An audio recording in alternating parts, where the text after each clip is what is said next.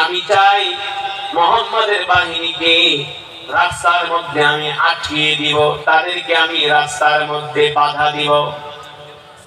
মক্কার এমন কোন যুবক আছো কিনা আমার সাথে তোমরা শরীক হবা?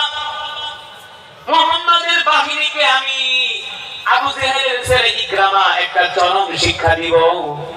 এই কথা শোনার পরে 200 মক্কার যুবক আবু জেহেলের ছেলে ইকরামার সাথে তারা যোগ দিলেন আর শপথ নিলেন, যে কোন ভাবে আমরা মুহাম্মাদের বাহিনীকে রাস্তায় আটকিয়ে দিব, মক্কায় প্রবেশ করতে দিব না, মক্কা বিজয় করতে দিব না। এবার 200 তীরন্দাজ মক্কার বাহিনী আবু জেহেলের ছেলে ইকরামার নেতৃত্বে আল্লাহর পয়গম্বর মুহাম্মদ সাল্লাল্লাহু আলাইহি সাল্লামের বাহিনীর উপরে তারা আক্রমণ শুরু করলো।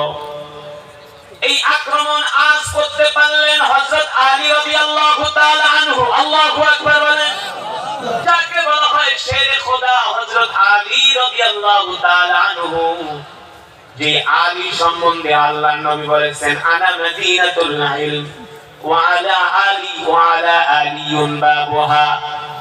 আমি হলাম শহরের, আমি হলাম জ্ঞানের নগরী, আর আমার আলী হলো সেই জ্ঞানের নগরীর দরজা। আল্লাহু আকবার।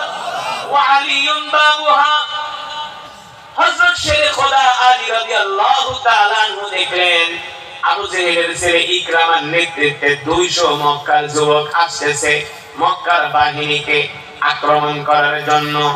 হযরত আলী রাদিয়াল্লাহু তাআলা আনহু মাত্র 10 জন মধ্যে মুজাহিদ নিয়ে তাদের 200 যুবকের উপরে হযরত আলী রাদিয়াল্লাহু তাআলা আনহু আক্রমণ শুরু করে